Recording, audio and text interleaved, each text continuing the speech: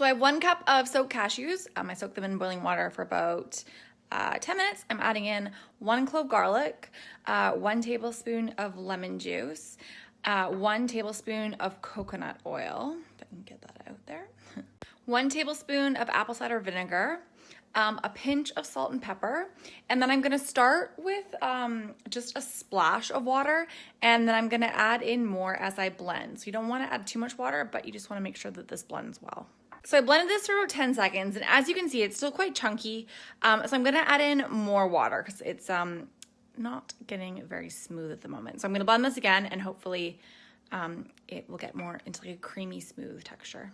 So I ended up adding a 1/4 cup of water, so it's nice and creamy and smooth. But the key is you don't wanna add too much water, otherwise it won't hold its shape when you put it in the bowl.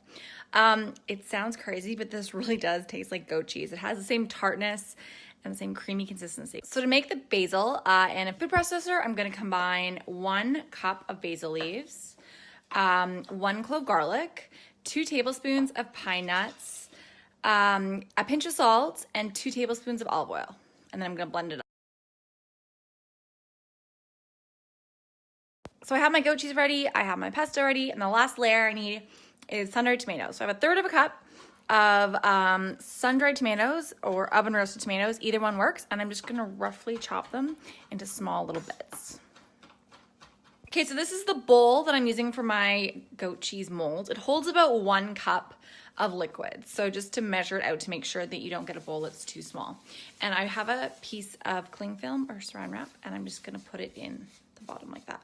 Okay, so I'm gonna start by putting a layer of the goat cheese at the bottom. Try not to let it touch the edges on the sides here as you put it in, just because you want the lines to be as clean as possible when you flip it over.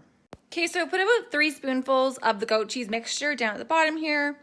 And next up, we're gonna add the pesto. So add in, you want it to be about 1/2 inch thick on the side. Okay, so I put all the pesto in an even layer, and now I'm gonna put another layer of the goat cheese on top.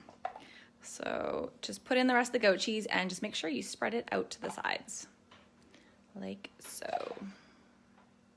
So I ended up doing a combination of sun-dried tomatoes and just oven-roasted tomatoes because I didn't have enough of either. Anyway, so I'm just gonna kind of like loosely wrap this saran wrap on top and put this in the fridge for about 2 hours for it to set. Okay, so this has been in the fridge for about 2 hours. So now I'm just gonna put a plate on the bottom like this, flip it over, and then we're gonna take off the bowl, hopefully. There we go. And peel off the plastic wrap. Okay, so I topped it with some pine nuts, and I'm gonna serve it with some cucumbers. So let me show you guys what this looks like. Oh, I'm destroying it here. Ta-da! So you get a little bit of everything in a bite. Looks so good.